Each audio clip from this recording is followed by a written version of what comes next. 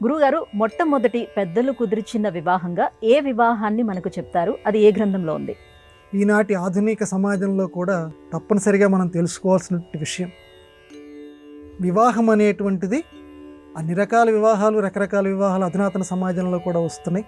కానీ అన్నింటిలోకి ఉత్తమమైనటువంటి వివాహం మన సనాతన ధర్మం చెప్తోంది పెద్దలు కుదిర్చినటువంటిది. పెద్దలు కుదిర్చినటువంటి వివాహం ఉత్తమోత్తమైనటువంటి వివాహంగా మన సనాతన సంప్రదాయం చెప్తోంది. మరి ఎవరండి మొట్టమొదట ఈ రకంగా పెద్దలు కుదిర్చినటువంటి పెళ్లి చేసుకున్నటువంటి వారు అని అంటే కర్దమ ప్రజాపతి, దేవహూతి. వీళ్ళిద్దరికీ మధ్య జరిగినటువంటి వివాహం పెద్దలు కుదిర్చినటువంటి మొట్టమొదటి వివాహంగా మహాభాగవత గ్రంథం పేర్కొంది. కర్దమ ప్రజాపతి మహావిష్ణువు గురించి తపస్సు చేస్తాడు. చాలా సంవత్సరాలు తపస్సు చేసిన తర్వాత మహావిష్ణువు ప్రత్యక్షమవుతాడు. ఇక్కడ గొప్ప మాట రాస్తాడు వ్యాస భగవానుడు. సాధారణంగా దేవుడు కనపడితే భక్తుడికి కళ్ళ వెంబడి నీళ్లు రావాలి, దాన్ని ఆనంద బాష్పాలు అంటాం. స్వామి నువ్వు కనిపించావా అని చెప్పి. కానీ ఈ కర్దమ ప్రజాపతిని చూసి మహావిష్ణువుకే కళ్ళెంబడి నీళ్ళు వచ్చాయట, ఆనంద బాష్పాలు వచ్చాయట. ఎంత భక్తుడు, నా కోసం ఇంత తపస్సు చేశాడా అంటే తండ్రి అండి. దేవుడు అంటే తండ్రి, అది ఇక్కడ మనం గమనించాలి.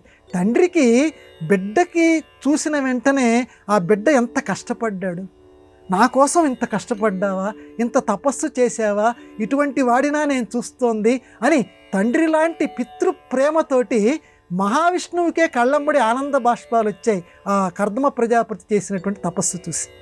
సరే, ఆ కర్దమ ప్రజాపతికి వరం ఇచ్చాడు ఈ మహావిష్ణువు. ఏమని వరం ఇచ్చాడంటే, నువ్వు వివాహం చేసుకోవాలి. స్వయంభువ మనువు అని ఒక ఆయన ఉన్నాడు, ఆయనకి సంబంధించినటువంటి దేవహూతి అనేటువంటి అమ్మాయి, ఆ అమ్మాయితోటి నీకు వివాహం జరగాలి. అలా జరిగితేనే రాబోయేటువంటి మానవ వంశం పెరుగుతుంది అని చెప్పి ఆశీర్వచనం చేస్తూ అతను వస్తాడు. నా మాట ప్రకారంగా నువ్వు వివాహాన్ని కాదనకు, ఇది పెద్దలు కుదిర్చినటువంటి సంబంధము. చూడండి, తపస్సు చేస్తే వచ్చే వరాలు ఎప్పుడు వేరువేరుగా ఉంటాయి, కానీ ఇది చాలా విలక్షణంగా ఉంది. కాబట్టి నీకు ఇటువంటి వరం నేను ఇవ్వదలుచుకున్నాను. ఎందుకంటే మీ ద్వారా మీ ఒక్కరికే కాదు, లోకంలో ఉండేటువంటి మానవ సమాజం పెరగవలసి ఉంది. అందువల్ల స్వయంభువ మనువు దేవహూతిని వస్తాడు. ఆ అమ్మాయిని నువ్వు వివాహం చేసుకో అని విష్ణువు చెప్తే ఆయన చెప్తే కాదనేటువంటి సాహసం ఎవరికి ఉంటుంది? అందులోనూ ప్రియాతి ప్రియమైన భక్తుడు కర్దమ ప్రజాపతి ఒప్పుకుంటారు. కొద్ది రోజుల తర్వాత ఆ స్వయంభువ మనువు దేవహూతి అనేటువంటి తన కుమార్తెని తీసుకొని వస్తాడు. మా అమ్మాయి, ఈ అమ్మాయిని మీరు వివాహం చేసుకోవాల్సిందంటే, పూర్వకాలంలో ఈ రకంగా అమ్మాయిల్ని అంటే మొట్టమొదటి వివాహం ఎలా జరిగిందో చూడండి. అమ్మాయి తండ్రి అబ్బాయి దగ్గరికి వచ్చి వివాహం చేసుకోమని కోరాడు. ఇది మొట్టమొదటి వివాహం. అబ్బాయి తరపున పెద్దలు, ఇటుపక్కేమో విష్ణుమూర్తి. బాగా గమనించాలి, పెద్దలు కుదిర్చినటువంటి సంబంధం. మా పెద్ద విష్ణుమూర్తే చెప్పాడు మీరు వస్తారని, తప్పనిసరిగా వివాహం చేసుకుంటానని కర్దమ ప్రజాపతి చెప్పాడు. వాళ్ళిద్దరికీ, ఆ దేవహూతికి ఈ కర్దమ ప్రజాపతికి ఇద్దరికీ వివాహం జరిగింది. ఇదే మానవ చరిత్రలో మొట్టమొదట పెద్దలు కుదిర్చినటువంటి పెళ్లి సంబంధంగా, వివాహంగా పెద్దవాళ్ళు చెప్తారు. అందువల్ల ఈ అంశం ద్వారా మహాభాగవత గ్రంథం ఏమని ప్రబోధం చేస్తోందంటే, పెద్దలు ఊరికినే చెప్పరు, అటు ఇటు చూసి ఏది మంచి. ఎందుకంటే అటు 7 తరాలు, ఇటు 7 తరాలు, లేకపోతే దశ పూర్వేషం దశాపరేషం అని చెప్పి మహామంత్రాల్లో చదువుతుంటారు కదా.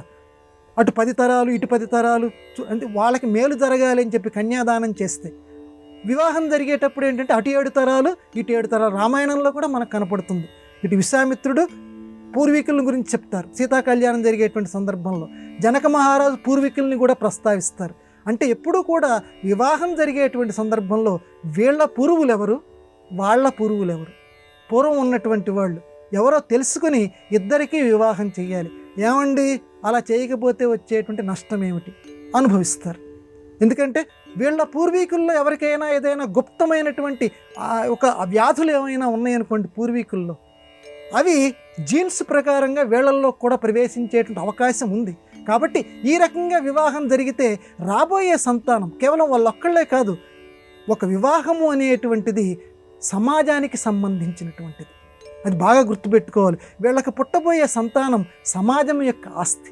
కాబట్టి సమాజం నిర్వీర్యం కాకూడదు, సమాజం బలహీనం కాకూడదు. అందుకని ఏం చేయాలి? మంచి సంతానం కలగాలి. ప్రజానాం అని చెప్పి మహాకవి కాళిదాసు రఘువంశ మహాకావ్యంలో చూతాడు. వివాహం ఎందుకు చేసుకోవాలంటే సత్సంతానం కోసం, అంతవరకే వివాహం చేసుకోవాలట. అందువల్ల సత్సంతానం కలగాలి అని అంటే పెద్దలు కుదిర్చినటువంటి పెళ్లి సంబంధాలే చేసుకోవాలి అని మహాభాగవతం ఈ సందర్భంలో మనకి చక్కటి సందేశాన్ని ఇచ్చింది.